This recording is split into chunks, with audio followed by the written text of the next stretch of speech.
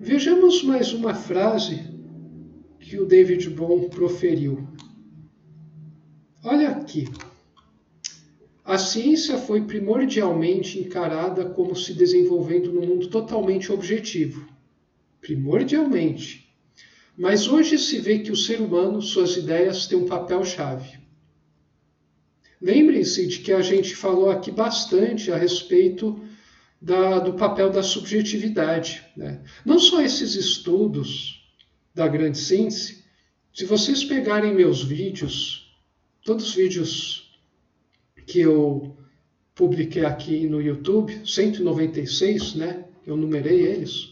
Se pegar os primeiros vídeos, eu trato justamente sobre a questão da objetividade e da subjetividade. E quem quiser ir mais a fundo nisso, existe um livro de Ubaldi, Ascese Mística, que ele escreveu depois, né, das Núrias, que veio depois da Grande Síntese, né? São os dois livros subsequentes. O Ascese Mística trata justamente, num de seus capítulos, sobre objetivismo e subjetivismo. Vou deixar aqui as referências, né, os links para o livro, e eu vou deixar os links também para vídeos meus que tratam sobre isso, e se eu conseguir encontrar alguns ensaios que eu publiquei no meu blog. É que isso é central aqui, como a gente está vendo. Voltando. Há uma espécie de evolução contínua de ideias. Então, ele está falando, o fenômeno evolutivo, como vocês percebem, ele não está restrito ao campo das formas orgânicas, né? Ele é algo que permeia ideias, por consequência, filosofias, sistemas humanos e mesmo o mundo inanimado, né? O mundo da matéria, né? Que é animada, né? Mas não viva. De certa forma, a gente pode também ver evolução na matéria, se a gente compreender essa palavra evolução de uma maneira mais profunda. Bom, as ideias com as quais você aborda o mundo vão, obviamente, afetar sua maneira de ver o mundo. Isso é óbvio, né? A maneira, né? As nossas ideias vêm dos nossos sistemas de crenças e valores. E cada um tem um, muito particular. E as ideias, então, que a gente tem das coisas vai nos levar a agir no mundo de uma maneira, vamos ter estímulos do mundo, né, reações, e ao mesmo tempo essas ideias nossas vão fazer com que a gente vá retrabalhando essas ideias ao longo de nossas vidas, ou de nossa vida. E isso vai moldando, né? Existe esse dinamismo de nosso pensamento, né, das nossas ideias, justamente porque a gente está em interação contínua com a realidade. Então, voltando aqui, sempre vemos apenas um aspecto do mundo, né, que diz respeito a toda a nossa história, ao nosso grau de consciência, ao contexto que a gente está, né? E, portanto, nossas ideias irão não somente selecionar aquele aspecto, como também, até certo ponto, criar a própria coisa que vemos, o que fica evidente na tecnologia moderna que a ciência nos ajudou a criar. Então percebam, o David Bohm ele não foi só um brilhante homem da ciência, mas um grande filósofo, né, e um estudioso da consciência, que, a meu ver, aponta para as realidades do espírito que foram desfraudadas de maneira poética, lógica, formidável por sua voz, através do brilhantismo de Ubaldi. Então, você vai percebendo que as coisas tratadas aqui, elas abrangem toda a realidade. Qualquer coisa que você faça, você pode perceber as coisas que estão sendo introduzidas aqui, né, apresentadas a você. Vamos ainda pegar mais algumas falas para continuar.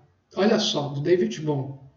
Assim, a força da ideia é a de criar. tanto quanto a de refletir. Então ele está falando aqui que a ideia ela é criativa, ela cria coisas, inclusive no plano físico, né, no material. Não no sentido de você criar o bloco fundamental da matéria, mas no sentido de você rearranjar a matéria, organizar a matéria de tal forma que dê um aspecto de que você criou algo diferente, né? O espírito, rearranjando a matéria através de sua inteligência, ele a rearranja de uma maneira a servir a determinados propósitos que apontam para ele próprio, o espírito, né? Sua evolução, né?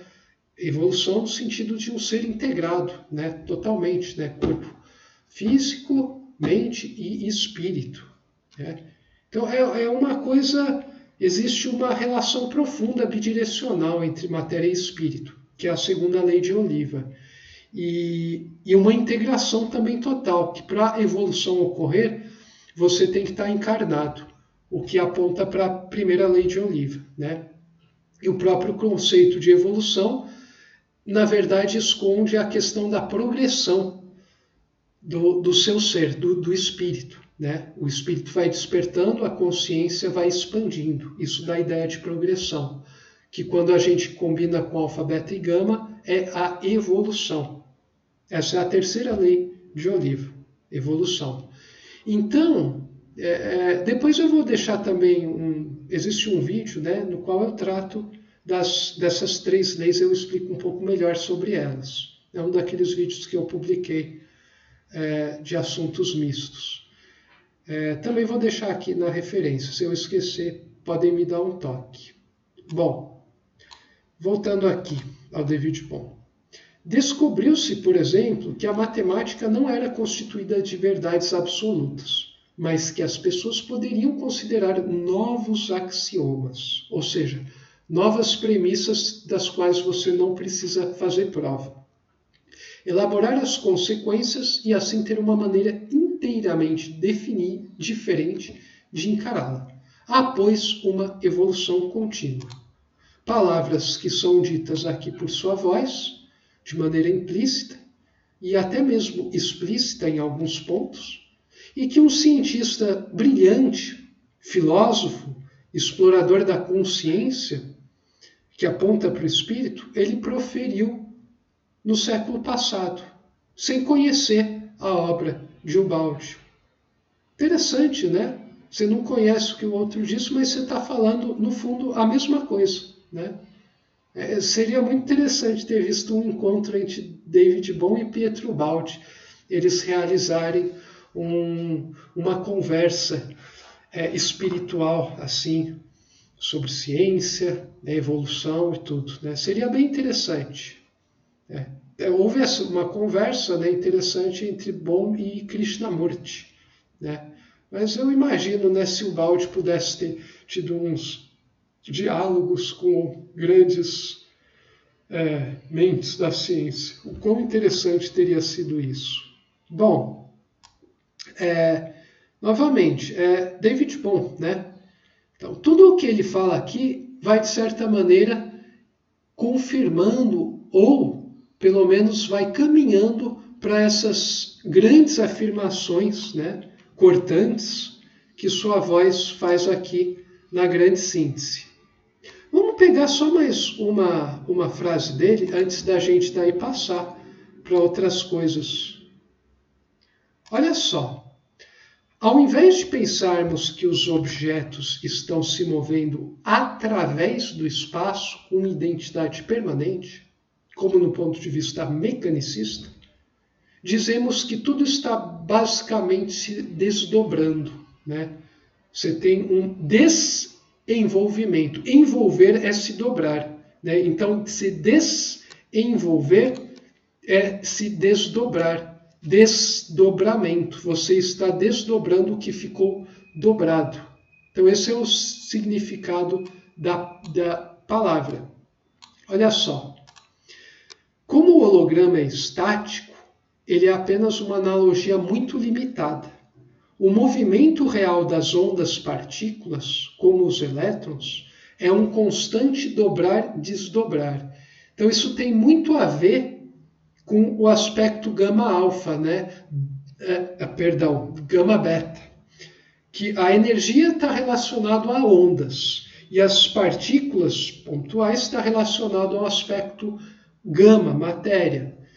E você percebe que a energia é algo presente, né? Matéria e energia são coisas intimamente relacionadas, né? Assim como o tecido espaço-tempo, né? Hoje é visto como uma coisa fortemente conectada. Eu não consigo separar a dimensão espaço da dimensão tempo, ou vice-versa, né? Elas estão fundidas.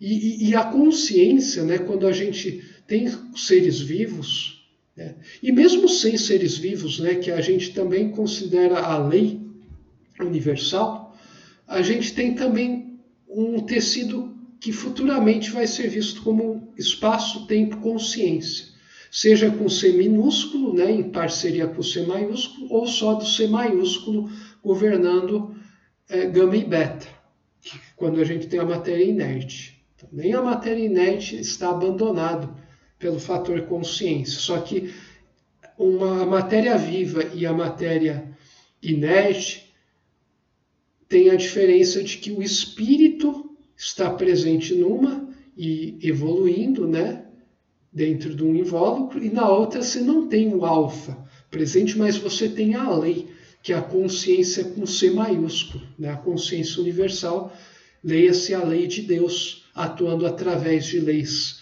físicas determinísticas, né, para permitir a coesão, né, e o desenvolvimento da matéria. Entendam desenvolvimento aqui num sentido mais profundo.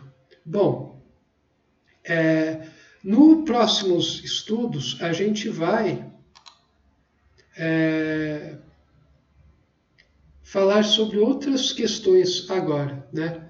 Só antes de terminar, né, ele fala aqui que a aparência de estabilidade é devido à rapidez com que isso acontece.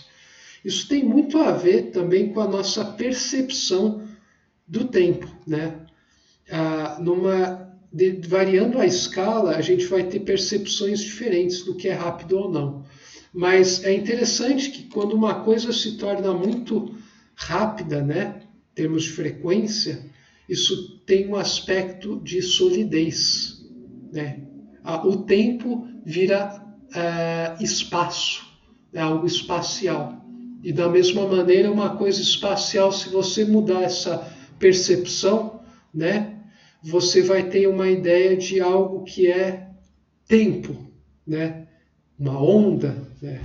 Então, essas coisas aqui, essas questões, a gente pode linkar com estudos que o Bernard Carr, que é um físico teórico, cosmologista, vem desenvolvendo desde que se aposentou, né?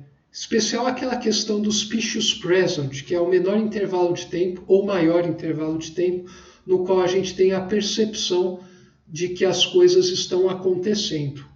Eu vou deixar o link aqui de alguns artigos deles, 2 artigos deles que tratam sobre isso, muito interessantes, e alguns vídeos também, para a gente conseguir começar a estabelecer um link sobre isso.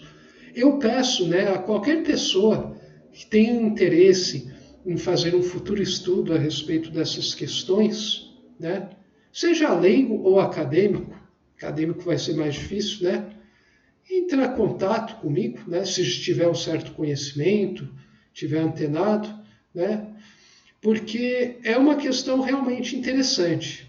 É uma questão realmente interessante isso aqui. Bom, próximos vídeos a gente vai ainda trazer outras questões sobre o gênese da gravitação. Até lá!